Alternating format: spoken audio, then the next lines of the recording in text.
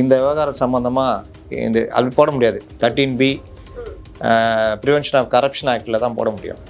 அந்த மாதிரி போட்டாலே இடி உள்ளே வந்துடும், ரெய்டு நடக்கும்.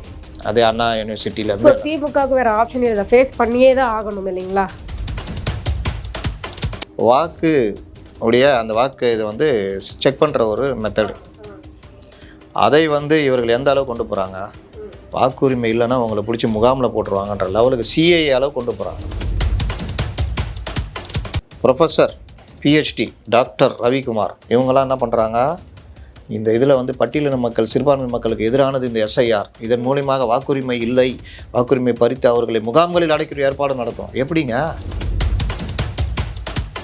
வாக்கு திருட்டு அது இதுன்னு இந்த ராகுல் காந்தி நடத்தினார் வகுப்பு, நானும் உட்காந்து அது சிறப்பான வகுப்பு தானே சார். எவ்வளோ பேர் வந்து விடுபட்டு போயிருக்கிறாங்க, எவ்வளோ பேர் வந்து இருக்கிற ஓட்டே வந்து இன்னொரு. ஏங்க இது நடைமுறைங்க. வாங்க அவங்க வீட்டில் எத்தனை பேர், 5 பேர். அப்புறம் அப்பா இறந்துட்டாரு, அப்புறம் அவர் ஓட்டை எண்ணிக்காமல் வச்சுருக்கீங்க, இறந்துட்டாரா? பாஜக தனக்கு சாதகமாக பயன்படுத்திக்கிட்டாங்க அப்படின்னு ராகுல் காந்தி குற்றச்சாட்டு வச்சதெல்லாம் என்ன சார்? நீ வந்தோடனே நீ போட்ட சீனுக்கெல்லாம் நாங்கள் அப்படி மயங்கிட்டோம். ஆனால் அவங்களோட மோசமாகறிய, அவனாவது வெள்ளம் வந்தால் கொஞ்சம் நிவாரணம் பண்ணியாவது வேகமாக இருக்கும். நீ அது கூட இல்லையே, 5 நாள் வீட்டில் இருந்துட்டு மெட்ரோ பணி நடந்துகிட்டு இருக்கு, அதனால சாலைகள் மெட்ரோ பணி சென்னையில் ஒரு 4-5 இடத்துல நடக்குது, மீதி இடங்கள்லாம் அண்ணா சாலையில் மெட்ரோ பணிலாம் முடிஞ்சிச்சுல. அண்ணா சாலையே குண்டும் குழியுமா இருந்து நான் பார்த்ததே கிடையாது. இதுக்கெல்லாம் மேயர் பிரியா சொல்லுவாங்களா? நாங்கள் பொத்தோல்களை அடைப்பதற்கு ஏற்பாடுகள் செய்து வைத்திருக்கிறோம், கூடிய விரைவில் பொத்தோல்களை அடைப்போம். அதானே சொல்கிறாங்க. இப்போ ரோடு போட்டால் தேர்ந்து கொண்டு வரும், அப்போ 2 மாதத்துக்கு முன்னாடியே போட வேண்டியது தானே.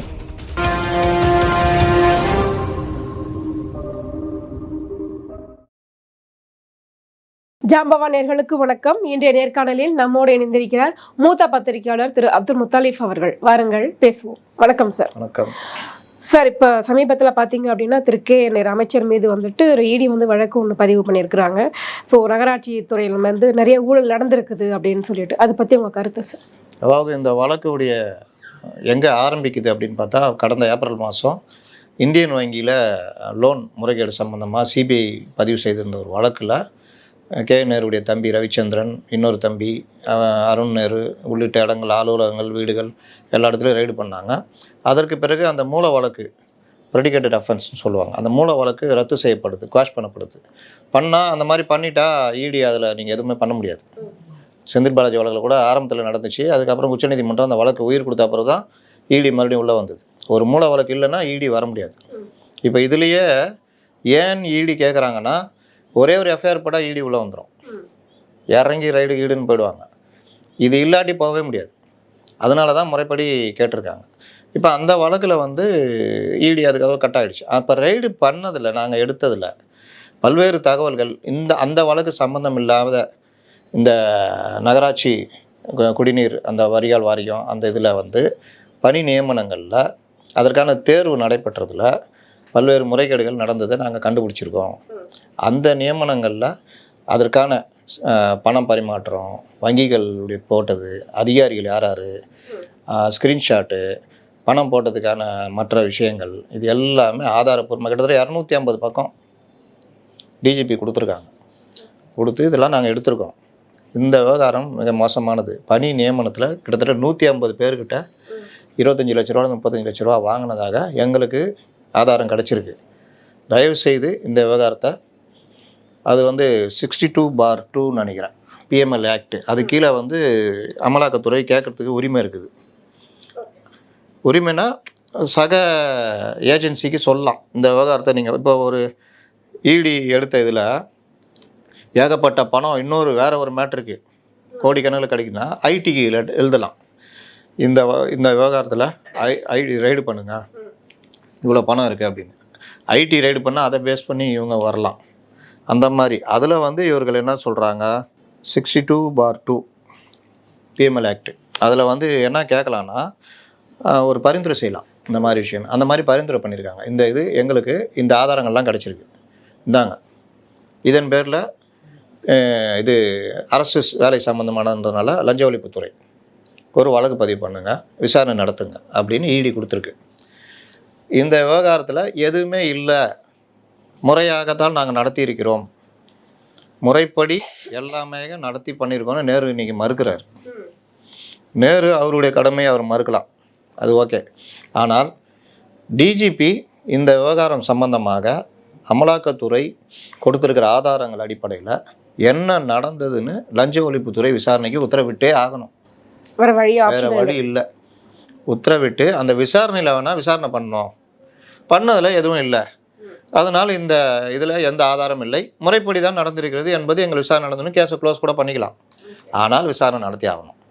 இப்படி நடத்தலைன்னா என்ன நடக்கும்னா, இடி இல்லை வேற யாராவது பொதுநல வழக்காக இந்த மாதிரி நடந்திருக்கு இது சம்மந்தமாக உடனே போக மாட்டாங்க. ஏன்னா நீதிமன்றம் என்ன கேட்கணும், அவங்களுக்கு கொடுத்துட்டாங்கல்ல, எப்போ கொடுத்தாங்க சார், ஒரு 2 நாள் முன்னாடி.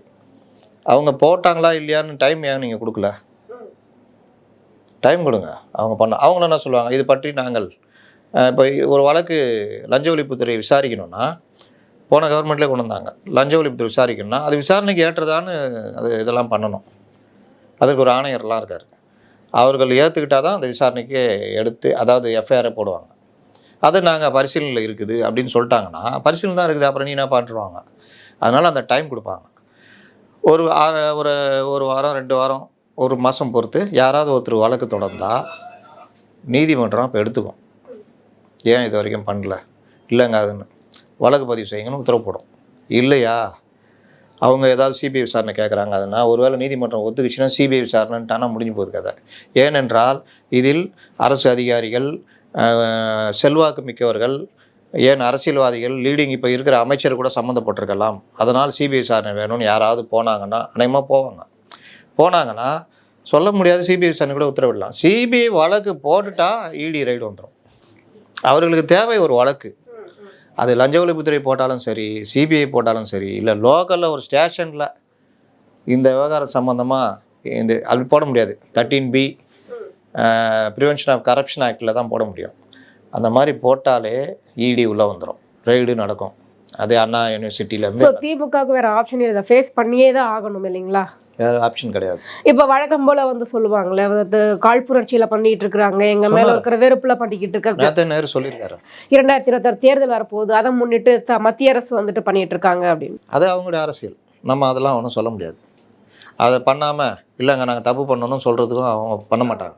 அப்போ சதீஷ் நடக்குது, இதோ இப்போ எஸ்ஐஆர் வருது, அது தீவிர வாக்கு உடைய அந்த வாக்கு இதை வந்து செக் பண்ணுற ஒரு மெத்தடு. அதை வந்து இவர்கள் எந்த அளவு கொண்டு போகிறாங்க, வாக்குரிமை இல்லைன்னா அவங்கள பிடிச்சி முகாமில் போட்டுருவாங்கன்ற லெவலுக்கு சிஐஏ அளவு கொண்டு போகிறாங்க. பேட்டிலாம் பார்த்தீங்களா, வீரபாண்டியன், நம்ம அறிவாளிகள், வாட்ஸ்அப் தலைவர்கள், அப்புறம் அந்த Balakrishnan, professor PhD doctor Ravikumar, இவங்கெல்லாம் என்ன பண்ணுறாங்க, இந்த இதில் வந்து பட்டியலின மக்கள், சிறுபான்மை மக்களுக்கு எதிரானது இந்த எஸ்ஐஆர், இதன் மூலியமாக வாக்குரிமை இல்லை, வாக்குரிமை பறித்து அவர்களை முகாம்களில் அடைக்கிற ஏற்பாடு நடக்கும். எப்படிங்க, தேர்தல் ஆணையம் அதோடைய நடைமுறையை பண்ணுது. இதில் உங்கள் ஓட்டு இருக்கா இல்லையா, போலியான வாக்குகள், டபுள் என்ட்ரி, செத்து போனவங்க வாக்கை நீக்காமல் இருக்கிறது, நீங்கள் இங்கேருந்து இன்னொரு இடத்துக்கு போயிருப்பேன், அங்கேயும் என்ட்ரி பண்ணியிருப்பேன், அப்போ இங்கேயும் ஓட்டு இருக்கும் அங்கேயும் ஓட்டு இருக்கும், அப்புறம் போலி வாக்காளர்கள், அப்புறம் வாக்காளர்களை நீக்கிறது. இந்த இது ஃபுல்லாக ஏடிஎம்கே விழுறதுப்பா, இவங்க எல்லாரையும் நீக்கிடு. அவனுக்கு தெரியாது, அவன் அன்னைக்கு தான் தூசி தட்டி. நம்ம ஆள்கிட்ட என்ன தெரியுமா பிரச்சனை, நம்ம மக்கள்கிட்ட வரைவு வாக்காளர் பட்டியல்னு ஒவ்வொரு பருவ காலத்துக்கும் வெளியிடுவாங்க. ஜூனு, டிசம்பரு, ஜனவரி இந்த மாதிரி வெளியிடுவாங்க. அந்த டைமில் நம்ம வாக்கு இருக்கா அப்படின்னு செக் பண்ணிக்கணும். அந்த டைமில் தான் பயன்படுத்திக்கணும். வீடு மாறி இருக்கீங்க, அது நடுவுலேயே பயன்படுத்திக்கலாம். அந்த நேரத்தில் சிறப்பு இது முகாம் போடுவாங்க, அங்கே போய் நீங்கள் எழுதி கொடுத்து பண்ணிக்கலாம். இன்னொன்று இப்போல்லாம் ரொம்ப சிம்பிள், உங்கள் எபிக் நம்பரை போட்டு 1950 அதுக்கு போட்டிங்கன்னா நீங்கள் உங்களுக்கு எங்கே வாக்கு இருக்குது என்ன பாகம் முதற்கொண்டு வந்துடும். உங்கள் ஓட்டு இல்லைன்னா ஓட்டு இல்லைன்னு வந்துடும். அப்போ நீங்கள் உங்களுக்கு வாக்கு எங்கேயோ தூக்கிட்டாங்க, அப்போ நீங்கள் இது பண்ணணும். அட்ரஸ் மாறுறீங்கன்னா அந்த பழைய அட்ரஸில் தூக்கி விட்ருவாங்க. அப்போ நீங்கள் அட்ரஸ் மாறுறீங்கன்னா புது அட்ரஸுக்கு ஆதார் மாற்றி அதுக்கெல்லாம் மாற்றணும். இது நம்ம மக்கள் செய்ய வேண்டிய நம்முடைய கடமை. நம்ம வாக்கு நம்ம பாதுகாக்கணும்ல. இது எதுவுமே செய்கிறதில்ல. கிளம்புற அன்றைக்கி ஓட்டர் ஐடி எங்கே இருக்குது, ஓட்டர் ஐடியா இது தேடுறேன் இருங்க, அறிவுக்கு தான் அவனுக்கு எதாவது நம்ம பீரோவில் இருக்கும் பாருங்கள், அப்படி இப்படி தேடி எடுத்து அங்கே போய் நீட்டினா என்னது, ஓட்டு இல்லை தோகுதே, இது ஓட்டர் ஐடி, ஓட்டு இல்லை இல்லையா, இப்போலாம் இதுனாயா அது இருக்குது, உனக்கு வாக்கு இல்லை, உடனே வெளியில் வந்து பேட்டி கொடுப்பாங்க, நான் இது மாதிரி வாக்கு நீக்கி விட்டார்கள், அது ஏன் பண்ணுறீங்க, இதுக்கு தான் எஸ்ஐஆர்னு கொண்டு வந்து சிறப்பு வாக்கு அந்த இதை வந்து கண்காணிக்கிற அந்த இது அதை வந்து இவர்கள் என்ன பண்ணுறாங்க, வாக்கு திருட்டு அது இதுன்னு. இந்த ராகுல் காந்தி நடத்தினார் வகுப்பு, நானும் உட்காந்து அது பார்த்து. சிறப்பான வகுப்பு தானே சார். எவ்வளவு பேர் வந்து விடுபட்டு போயிருக்கிறாங்க, எவ்வளவு பேர் வந்து இருக்கிற ஓட்டே வந்து இன்னொரு ஏங்க இது நடைமுறைங்க, இது நடைமுறை, தேர்தல் ஆணையத்துடைய நடைமுறை. இந்த மாதிரி ஒரு சாதாரண ஒரு பேக்கரியில ஒரு 50 குடும்பம் வசிக்கிறதாக வந்துட்டு ஓட்டு போட்டிருக்கிறாங்க. அப்புறம் அதை நீக்குவாங்க, அது யாராக இருந்தாலும் நீக்குவாங்க, அது பிஜேபி பண்ணாலும் நீக்குவாங்க. அதை இப்போ இங்கே பல இடங்கள்ல இந்த போன எலெக்ஷனில் 2024 ராகுல் காந்தி அந்த மாதிரி ஒரு விஷயத்தை வெளியே கொண்டு வந்ததால தான் இந்த அளவுக்கு ஒரு விழிப்புணர்வு வந்திருக்குல்ல சார். ராகுல் காந்தி இந்த விஷயத்தை கொண்டு வரல. தேர்தல் ஆணையம் அந்த வாக்குறுதி அந்த இது ஓட்டர் ஐடியில் நீக்கினதில் வந்து என்ன ஆயிடுச்சுன்னா, தேர்தல் ஆணையமாக ஒரு முடிவு எடுத்துக்கினாங்க, ஆதாரை ஏற்றுக்க மாட்டோம், பேன் கார்டை ஏற்றுக்க மாட்டோம்னு. உச்சநீதிமன்றத்தில் இந்த வழக்கு போகும்போது ஏன் இவ்வளோ பேரை நீக்கிருக்கீங்க அப்படின்னா, அவங்கெல்லாம் ஆதாரை காமிக்கிறாங்க, நாங்கள் ஏற்றுக்க மாட்டோம். ஆதார் வந்து குடியுரிமைக்கான இது கிடையாது, குடியுரிமை சான்றுனா ஸ்கூல் சர்டிஃபிகேட் இந்த மாதிரி காமிக்கணுன்னொன்னே கோர்ட்டு அதெல்லாம் நாங்கள் பார்த்துக்குறோம், குடியுரிமை பற்றிலாம் வேலை என்ன, இவர் இந்த அட்ரஸில் இருக்காரா அதுதான் நீ சரி பார்க்கணும். அந்த அட்ரஸில் இருக்காருன்றதுக்கு ஆதாரம் ஆதார் கார்டு, டிரைவிங் லைசன்ஸு, வேறு சில ஐடி, அடுத்து டேட் ஆஃப் பர்த்துக்கு பேன் கார்டு, டிரைவிங் லைசன்ஸு, இந்த மாதிரி ஐடி, இது 2 இருந்தால் வேலை என்னென்னா கார்டை கொடுக்கணும், தேவையில்லாத வேலை பண்ணக்கூடாது அப்படின்னு சொல்லி அமுச்சு விட்டாங்க. மறுபடியும் ஒரு வரைவாக்கலை பண்ணி 66 லட்சம்ன்றது 26 லட்சம் பேர் புதுசாக சேர்க்கப்பட்டு கொஞ்சம் மீதி இருக்கிறதெல்லாம் போலி வாக்காளர்கள் நீக்கப்பட்டாங்க. இதில் ராகுல் காந்தி ஒன்றும் பண்ணல, அவர் அரசியல் தான் பண்ணார், வாக்கு திருட்டுனாரு. தேர்தல் ஆணைய நடவடிக்கை எப்படி வாக்கு திருட்டு ஆகும், வாக்கை எப்படி திருட முடியும்? அப்போ இதே இப்போ நீங்க இருக்கீங்க, உங்க பேர்லயே வந்துட்டு இன்னொரு இடத்துல ஒருத்தர் வந்து ஓட்டு போடலாமா? அது முடியாது, நடந்திருக்குல்ல, முடியாது. அது இவர்கள் சொல்ற ஒரே ஆள் வந்து 2 இடத்துல வந்து வாக்குரிமை இருக்குன்னா அது தேர்தல் ஆணையம் அதுக்கு தான் இந்த தீவிர வாக்கு திருத்த முறை, அதுக்கு தான் இது. உங்களுக்கு இருந்தால் செக் பண்ணுவோம், செக் பண்ணி நீக்கி விட்டுருவோம், அவ்வளோதான். இதில் என்ன, இது வந்து தேர்தல் ஆணையம் சுதந்திரம் அடைஞ்ச காலத்துலேருந்து தேர்தல் ஆணையம் அமைக்கப்பட்டதுலேருந்து அவர்கள் பல முறை செஞ்சுருக்காங்க. தேர்தல் ஆணைய சட்டப்பிரிவில் இது அனுமதிக்கப்பட்ட ஒன்று. இப்போ இவர்கள் இதில் அரசியல் பண்ணுறாங்க, இதை வச்சுக்கிட்டு வாக்கு திருட்டுறாங்கன்னா என்ன பண்ணுறாங்க? தேர்தல் ஆணையம் வந்து வாக்கு இருக்கா இல்லையான்னு செக் பண்ணுறதுல என்ன தப்பு இருக்குது? உங்கள் வாக்கு நீங்கள் இப்போ இல்லைன்னு உங்களுக்கு வீட்டில் வந்து பிஎல்ஓ செக் பண்ணுறாருன்னு வச்சுக்கோங்க, ஓட்டர் ஐடிலாம் எடுங்கன்றாங்க, பார்க்குறாங்க, அதுக்கான ஆதாரம் கொடுக்குமான்றாங்க, பார்க்குறாங்க. நான் இந்த ஓட்டர் ஐடி, இந்த ஓட்டை இல்லைம்மானா அப்போ தான் உங்களுக்கு தெரியும் ஓட்டு இல்லைன்னு. ஐயோ சார் ஓட்டு இல்லையா சார்? ஆமாம்மா நீக்கியிருக்காங்க, இது கூட தெரியாமல் எப்படி இருக்கீங்க? ஐயோ சார் நான் என்ன பண்ணோம், ஃபார்ம் 7 ஃபில்அப் பண்ணி கொடுங்க, இந்த மாதிரி டீட்டெயிலெலாம் சேர்த்து இது பண்ணுங்கள், ஆன்லைன்லேயே கூட பண்ணால் உங்களுக்கு வீட்டுக்கு ஓட்டர் ஐடி வரும். அப்போ இல்லாத ஓட்டு, நீக்கப்பட்ட ஓட்டையும் திரும்ப கொண்டு வர்றாங்க. போலி வாக்காளர்களும் உங்களுக்கு ஈஸியாக கலைஞ்சிருவாங்க. சரி வேறு யார் இருக்கா? அம்மா இருக்காங்க, அம்மா இறந்து போயிட்டாங்க போன மாதம், அப்புறம் ஏன் அந்த ஓட்டை நீக்க? இறந்தவர்களுடைய ஓட்டுகளுமே பேர்லையுமே ஓட்டு போட்டிருக்காங்க, முறைகேடுகள் தான் இந்த நடைமுறை. வாங்க உங்கள் வீட்டில் எத்தனை பேர்? 5 பேர். அப்புறம் அப்பா இறந்துட்டாரு, அப்புறம் அவர் ஓட்டை நீக்காமல் வச்சுருக்கீங்க, இறந்துட்டாரா? பாஜக தனக்கு சாதகமாக பயன்படுத்திக்கிட்டாங்க அப்படின்னு ராகுல் காந்தி குற்றச்சாட்டு வச்சதெல்லாம் என்ன? ராகுல் காந்தி சொன்னார், நானும் உட்காந்து என்ன தான் தப்பு இருக்குன்னு பார்த்தேன், ஒன்றுமே புரியலங்க, சத்தியமாக சொல்கிறேன், ஒன்றும் புரியல. ஏன்னா நம்ம படம் போட்டு காமிச்சார் அப்படின்னாரு. இங்கே ஒருத்தர் ராகுல் காந்தியை பின்பற்றி இங்கே ஒரு காங்கிரஸ்கார் சரி ஒரு தமிழில் சொல்கிறாரு, தமிழ்லையாவது நம்ம புரிஞ்சிக்கலான்னு உட்காந்து பார்க்குறேன். ஒருத்தர் எனக்கு தெரிஞ்ச ஒரு புக் எழுதினார் ஒரு பெரிய நிறுவனத்துக்கு எதிராக, அந்த நிறுவனம் பயந்து போயிடுச்சு, வந்து நான் எவ்வளோ வேணால் பணம் தரேங்க, அந்த புக்கை வெளியிடாது, அதெல்லாம் முடியாது, நீ இவ்வளோ அமௌண்ட்டு தரணும், எவ்வளோ முடியாதுங்க இவ்வளோ தரோம். லாஸ்ட்டில் அவர் புக்கே வெளியிட்டார். அந்த நிறுவனம் பயந்து போய் அந்த புக்கை வாங்கிட்டு என்கிட்ட தான் சொல்கிறாங்க, அந்த புக்கை போய் நான் வாங்குகிறேன், வாங்கி அந்த நிறுவனத்துக்கு எதிராக என்ன இருக்குதுன்னு பார்க்கலான்னு பார்த்தா ஒன்றுமே புரியலங்க, எனக்கே புரியலன்னா எவனாவது புதுசாக சாதாரண ஆளுங்க எப்படிங்க புரியும்? ஃபுல்லாக ஒரு ஆர்டிஐலாம் போட்டதில்லை, கண்ட ஆவணங்களையும் போட்டு வச்சுருக்காரு. ஒரு விஷயம்னா இது நடந்திருக்குன்னு எழுதணும்ல, சொல்லணும்ல. அப்போது ராகுல் காந்தி சேர்வாரோட சேர்ந்து கெட்டு போயிட்டார். இந்தி மொழியில் அவங்களுடைய கொள்கை, இந்தி யார் திணிச்சது? மும்மொழி கொள்கை யார் கொண்டு வந்தது? காங்கிரஸ் தானே. இன்றைக்கி என்ன சொல்கிறாங்க? திமுக கூட சேர்ந்துக்கிட்டு ஏற்றுக்கிட்டு இருக்கிறாங்க. நீட்டு கொண்டு வந்தது யார்? காங்கிரஸ் தானே. இன்றைக்கி திமுக கூட சேர்ந்து ஏற்றுக்கிட்டு இருக்கிறாங்க. இந்த மாதிரி பல விஷயம் நான் சொல்லுவேன். காங்கிரஸ் இதை அவங்க கொண்டு வந்த மும்மொழியில் தான் இந்தியை திணிச்சாங்க. இப்போ இருக்கிற மும்மொழியில் எனி ஆப்ஷனல் லாங்குவேஜ், ஆனால் ஹிந்தி திணிக்கிறான்னு இவங்க பிரச்சாரம் பண்ணுறாங்க. எப்படி எஸ்ஐஆருக்கு எதிராக பிரச்சாரமோ அந்த மாதிரி பிரச்சாரம். அதனால் இதில் எல்லாத்தையும் அரசியல் பண்ணுவாங்க. இடி பழி வாங்குகிறது. சரி இடி பழி வாங்குதுங்க, இடி ஒரு ப்ரெடிகேட்டட் அஃபென்ஸ் இல்லைன்னா உள்ளவே வர முடியாது. அப்போ அந்த அஃபென்ஸ் நடக்கிறதுக்கு வழக்கு பதிவு செய்கிறதுக்கு நீங்கள் குற்றம் செஞ்சுருக்கீங்களா இல்லையா? செஞ்சால் தானே வர முடியும். ஜாப் ராக்கெட்டு செந்தில் பாலாஜி பணம் வாங்கி மாட்டுறாரு, அதில் மோசடி நடக்குதுன்னு வழக்கு பதிவு பண்ணதுனால தானே இடி உள்ளே வந்தது. செந்தில் பாலாஜி அதில் சம்மந்தமே இல்லை அப்படின்னா உச்சநீதிமன்றம் வரைக்கும் இந்த கேஸ் போயிருக்குமா? இது வந்து பார்த்தீங்கன்னா ஈடி இதே மாதிரி நிறைய வழக்குகள் பதிவு பண்ணியிருக்காங்க. எந்த வழக்கில் வந்து தண்டனை வாங்கி கொடுத்துருக்காங்க, எந்த வழக்கில் என்ன மாதிரியான முடிவு நம்மளுக்கு கிடைச்சிருக்கு? பொதுவாக பிஎம்எல்ஏ ஆக்ட்ன்றது சாதாரண நபர்களுக்கு எதிராக போடப்படுவது அல்ல. அதை பண்ணுற அந்த மாதிரி பொருளாதார குற்றங்கள், இந்த மாதிரி பிஎம்எல்ஏ ஆக்ட், மணி லாண்ட்ரி பண்ணுறவங்கெல்லாம் யார்? அவன் கோடியில் சம்பாரித்து மணி லாண்ட்ரி பண்ணி சம்பாரிச்சிக்கிறவன், அவன் பெரிய செல்வாக்கு மிக்கவன். செந்தில் பாலாஜிக்காக வழக்குக்காக செலவழித்த தொகை எவ்வளோ இருக்கும்? கோடிகளில் இருக்கும். எந்தெந்த முறையில் கோர்ட்டுகளை படிகளை தட்ட முடியுமோ அவ்வளோ படியேறினாங்க. அதை வச்சு சட்ட மாணவர்கள் அவ்வளோ விஷயம் தெரிஞ்சுக்கலாம். அவ்வளோ விஷயம் அதில் புதுசு புதுசாக கண்டுபிடிச்சி வழக்கு போடுவாங்க. உச்சநீதிமன்றம் அடிக்கும், இடி தனியாக கொண்டு வரும், இந்த மாதிரி பல இது. இப்போவும் வழக்கு போட்டுட்டு 2000 பேரை கொண்டு போய் சேர்க்குறாங்க சாட்சிகளாக.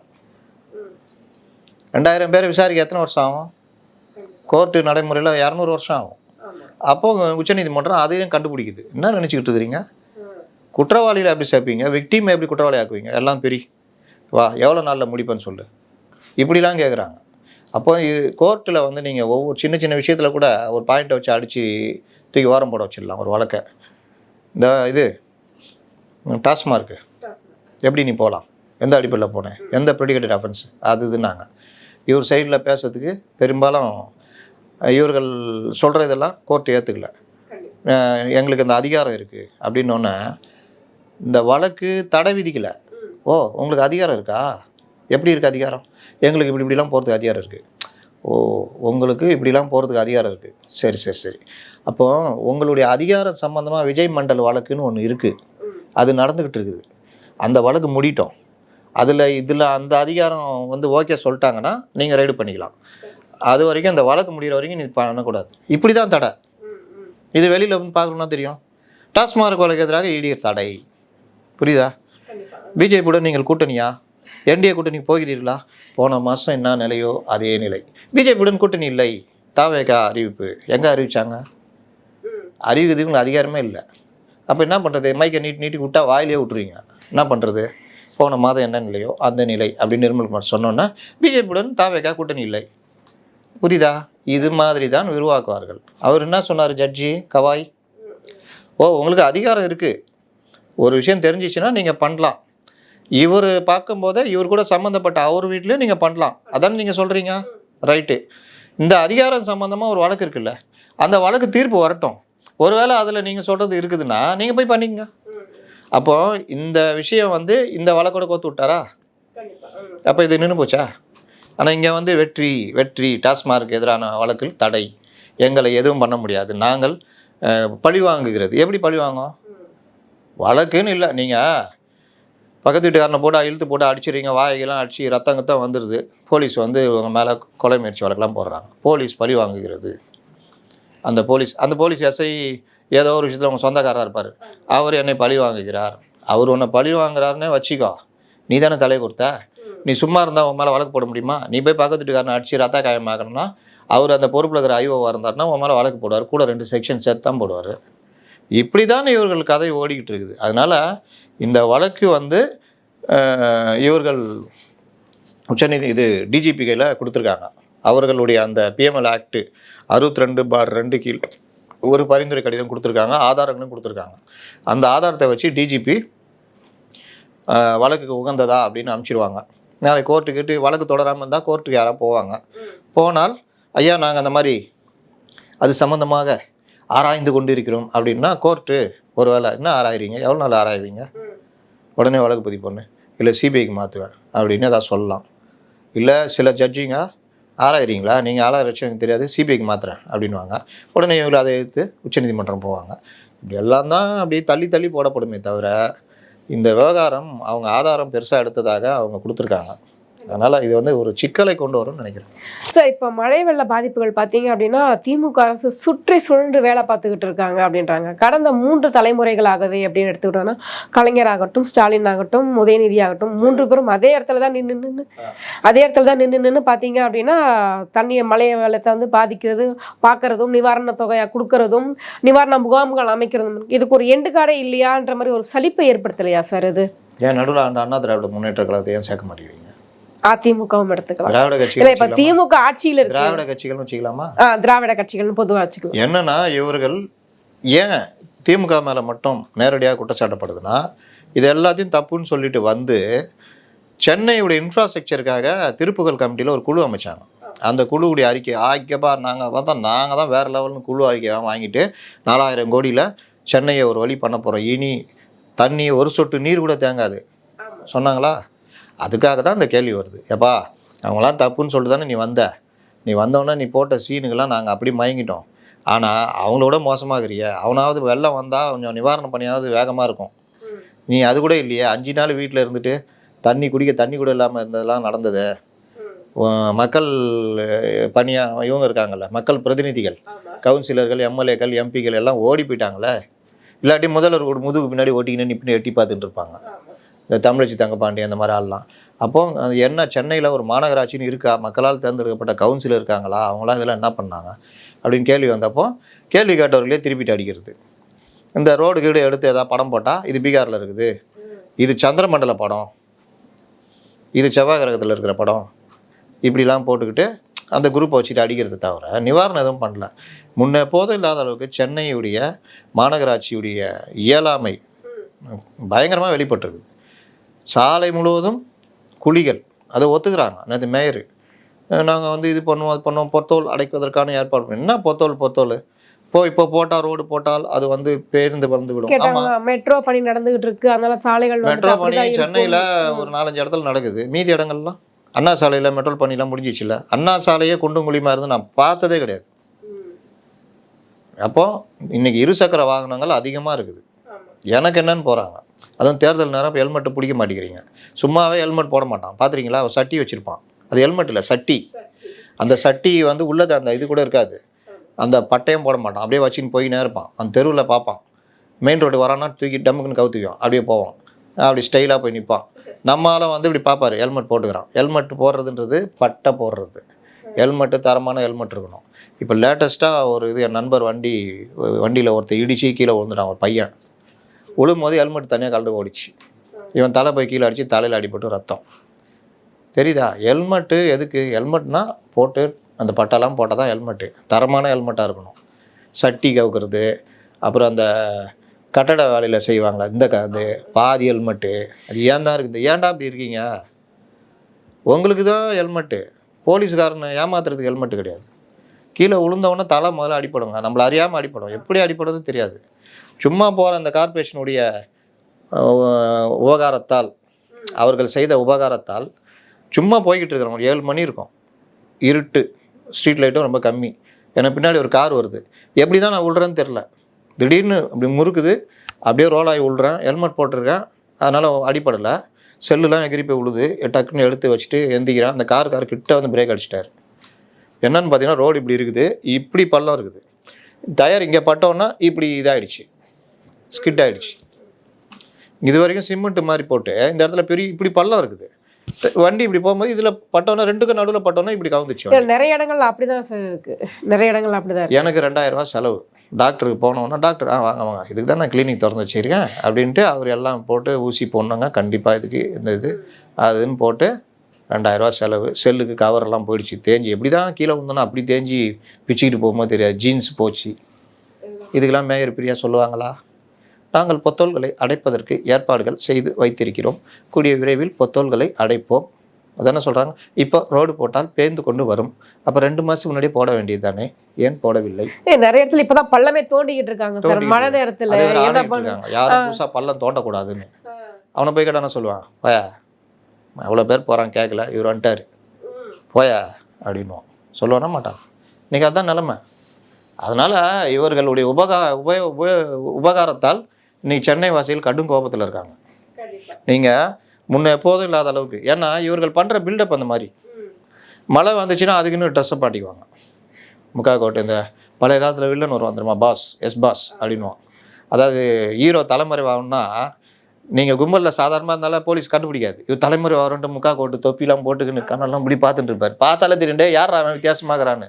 பழைய படம்லாம் பாருங்கள், எம்ஜிஆர் படம் அதெல்லாம். அந்த மாதிரி முக்கா கோட்டு போட்டுக்கின்னு முக்கா ஷூ போட்டுக்கின்னு வந்துக்கின்னு அப்படி ஃபோட்டோக்கு போஸ். அதாங்க காவா, இதுதான் தண்ணி போதா, வரைபடம் எங்கேயா, வரைபடம் சார், இதான் சார் நம்ம காட்டணும் அந்த காவா சார், அந்த இது சார் சார் அப்படியே கை நீட்டி அதே மாதிரி இருங்க. நிறைய ஆக்கிரமிப்புகள் வேற அதிகமாகவும் இருக்கு, நிறைய ஆக்கிரமிப்புகள் வேற. ஆக்கிரமிப்புகள்லாம் இப்போ கன்ஸ்ட்ரக்ஷன் தான் ஆக்கிரமிப்பு. ஆக்கிரமிப்புன்னு சொல்லி நீங்கள் குடிசை பகுதி மக்களெல்லாம் துரத்தி கொண்டு போய் கண்ணகி நகரில் அடைச்சி வச்சிட்டீங்க. கண்ணகி நகரில் செம்மாஞ்சேரியில் இதுலேயும் இன்றைக்கி அந்த இடம்லாம் கேட்டால் நதியுடைய பாதைகளில் இவங்க வீடு கட்டி குடியிருக்கிறாங்க. அது பெரிய பிரச்சனை. இப்போ அங்கே யார் இருக்கா? கன்ஸ்ட்ரக்ஷன் பில்டிங்க வந்துடுச்சு. இப்போ கூட சைதாப்பேட்டில் போய் பாருங்கள், எங்கே குடிசை ஆக்கத்துனாங்களோ அங்கே கன்ஸ்ட்ரக்ஷன் பில்டிங். சரி, ஆக்கிரமிப்புலாம் அகற்றிட்டீங்க. அந்த இடத்த நீங்கள் தூர்வாரி தண்ணி போகிறதுக்கு ஃப்ரீ பண்ணி கொடுக்கணும்ல, அங்கே கட்டட கழிவுகளை கொட்டி மூடுற ஏற்பாடு தானே நடக்குது. முகத்துவாரத்தை வாரம் இந்த டைமில் தான் போய் பார்ப்பார். முகத்துவாரத்தை போய் நின்றுட்டு பார்த்துக்கிட்டு ஒரு 2 ஃபோட்டோ எடுத்து பத்திரிகையில் அனுப்பிச்சிட்டு போயிடுவாங்க. காவிரி விவசாயிகள் பாதிக்கப்படுறாங்களா, நேராக அங்கே போய் நின்று அந்த கொள்முதல் நிலையத்தை பார்த்துட்டு கொடுக்குற இதை படிச்சுட்டு போயிடுவார்.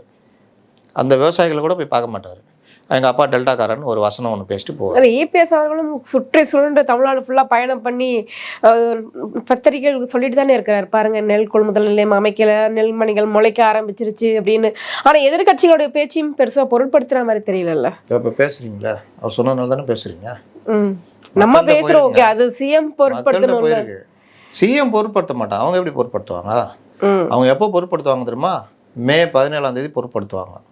ஐயோ, அன்னைக்கு ஒழுங்காக போயிருக்கலாமே, இவனுங்க பேச்சை நம்பி நான் அங்கங்கே போய் போஸ்ட் கொடுத்துருந்தானே சார், குழந்தை ஓடி வரோம் சார், தூக்கி அணைச்சி ஒரு முத்தம் கொடுக்குறீங்க சார், அப்படியே தூக்கி நம்ம ஃபோட்டோ எடுத்து போடுறோம் சார், சார் அப்படியே போய்கிட்டு இருக்கீங்க சார், கல்யாண ஜோடி ஒன்று வரும் சார், அப்படியே கேமரா பார்த்துறீங்களா, அங்கே இருக்கும், அங்கேருந்து காமிப்பாங்க டங்கடான மியூசிக், அதுக்கு ஒரு பிஜிஎம்லாம் போட்டு அப்படியே வண்டி வர்ற வண்டி கரெக்டாக அவர் யார், சிஎம் வண்டி இல்லை, முன்னாடி வராங்களா அமெரிக்கா பாதுகாப்பு படை வீரர்கள், அவங்க டொம்முன்னு குதிச்சு அப்படியே ஓரம் போய் நிற்பாங்க. ஏன்டா இங்கே ஸ்லோ பண்ணுறீங்க, இதெல்லாம் திட்டமிடப்பட்டது தானே. அப்போ நீ போயினே இருக்க வேண்டி தானே, வண்டி கரெக்டாக ஸ்லோ ஆகும், குதிச்சு ஓடுவாங்க, இவங்க எப்படி போவாங்க, கேமரா பின்னாடி இருந்து போவோம், சிஎம் உடனே நிறுத்துவார், வண்டி விட்டு இறங்குவார், அவங்க காலில் விடுவாங்க, ஆசீர்வாதம் பண்ணுவார், பின்னாடி ஒருத்தராங்க திரும்பி நிற்பார், இப்படி நிற்பார். அவர் எப்போவுமே கேமரா பார்த்து நிற்க மாட்டார், பார்த்துறீங்களா, சேகர் பாபு இப்படி தான் நிற்பார், அப்படி கவர் நீட்டுவார், நீட்டு அப்படி திரும்பிவார், உடனே கவர் கொடுப்பேன். இதெல்லாம் நம்ம மொய் கவர்லாம் ரெடி பண்ணி வச்சுக்கிறீங்களா, செட்டப்னு க்ளீனாக தெரியுதா. எங்கே போனாலும் ரோட் ஷோ நடத்தக்கூடாது. நேற்று என்ன பண்ணீங்க, தென்காசியில் என்ன பண்ணீங்க, அதுக்கு பேர் என்ன, ரோட் ஷோ தானே. என்ன உங்களுக்கு கூட்டம் வரல, அதனால் நெரிசல் ஏற்படாது. மற்றபடி கம்பு சுற்றுறது இதெல்லாம் என்னது, பெரிய மீம் கண்டென்ட் கொடுக்குறாரா இல்லையா? இவர் கம்பு சுற்றணுன்னா கொண்டு போய் எடுத்து மீம் போடுறானுங்க. நான் இதை பார்க்கல. நான் இந்த வடிவேல் படத்தில் ஒரு கம்பாக ஜாயின் பண்ணி நீட்டி பிடிப்பாப்புல வடிவேல், எதுக்கு இதை போடுறானுங்க திடீர்னு நான் யோசிக்கிறேன். எதுக்கு இதை போடுறானுங்க, என்னடா இது நம்ம வர வர பூமர் ஐட்டம் போல், புரியவே மாட்டேங்குது இந்த பசங்க போகிறதுலாம். அதுக்கப்புறம் பார்த்தா இன்னொரு இதில் வடிவேலு ஆயின்னு சுற்றுவார், அவர் மட்டும் சுற்றி வருவார். அந்த அதே சொல்லுவான் செக்யூரிட்டி, ஆள் தான் சுற்றுறாரு, கம்பு சுற்ற மாட்டேங்குது அப்படின்வான். அதுக்கப்புறம் அவன் சுற்றுவான் கம்பு. இதெல்லாம் எதுக்கு போடுறானுங்க எனக்கு ஒன்றும் புரியல. அப்புறமா பார்த்தா நம்ம தலைவர் போய் எங்கள் கம்பு சுற்றிக்கிறாப்புல, அதுவும் உலகத்திலேயே நடுவில் பிடிச்சிக்கின்னு இப்படி சுற்றுறாரு. சரி, அது ஏன்ற நீங்கள் அவரை சொல்கிறாங்க சார், இந்த மாதிரி இறங்குறீங்க சார், கம்பு கொடுப்பாங்க சார், நீங்கள் இப்படி சுற்றுறீங்க சார், அப்படி இப்படி சார்னு, எதுக்கு சார் நிற்கிறீங்க சார். அப்படியே முதல்ல ஒரு 60 வயது பெண்கள் அப்படியே பாட்டு பாடிட்டு, நீ பொட்டு வச்ச தங்க கூடம் அப்படியே போனோன்னா 35 வயது பெண்கள், அவங்க ஆடி முடிச்சோன்னா 18 வயது பெண்கள். அவர் சொல்ல அப்படி கை தட்டினா எப்படி சூப்பராகுதா அப்படின்னு, அவரும் சூப்பராகுது. எதுக்குங்க, குரூப் டான்ஸ் எந்த ஊரில் ஆடும், சினிமாவில் தான் ஆடுவாங்க. காதலி லவ் பண்ணுவாங்க, கூட வரணும்லாம் வேறு வேலையே விட்டுட்டு இவங்க பின்னாடி குரூப் டான்ஸ் ஆடிக்கிட்டு இருப்பாங்க. சினிமாவில் தான் இது நடக்கும், இந்த கேடு கெட்டத்தனம்லாம். ரியல் லைஃப்லேயும் பண்ணி பார்த்துருந்தா முதல்ல ஒரு ஏமாத்துறீங்கன்னு தானே அர்த்தம். இது எல்லாத்தையும் அப்போ ரீகால் பண்ணி பார்ப்பார். அன்னைக்கே ஏமாத்திக்கிறாயா, அன்றைக்கே நம்ம ஒழுங்காக இந்த டான்ஸை பார்க்காம ரோடை பார்த்துருந்தா குண்டுங்குடிலாம் கண்ணுக்கு தெரிஞ்சிடுவேன். ஏதாவது மேயர் பிரியா கூப்பிட்டு 4 ஏறி ஏதாவது சரி பண்ண சொல்லியிருக்கலாம், விட்டுட்டோமே அப்படின்னு யோசிப்பாங்க. இந்த மாதிரி ரொம்ப பேர் யோசிச்சிருக்காங்க, அதுக்கப்புறம் தான் திருந்திருக்காங்க. சிலருக்கு திருந்தும் போது வாய்ப்பு கிடைச்சிருக்குது, சரியாக பண்ணியிருக்காங்க. சிலருக்கு அந்த திருந்தினாலும் வாய்ப்பு கிடைக்காம போயிருக்குது. இதுதான் யதார்த்தம். கேள்விகளுக்கு ரொம்ப சிறப்பான பதில் சொன்னீங்க சார், ரொம்ப நன்றி.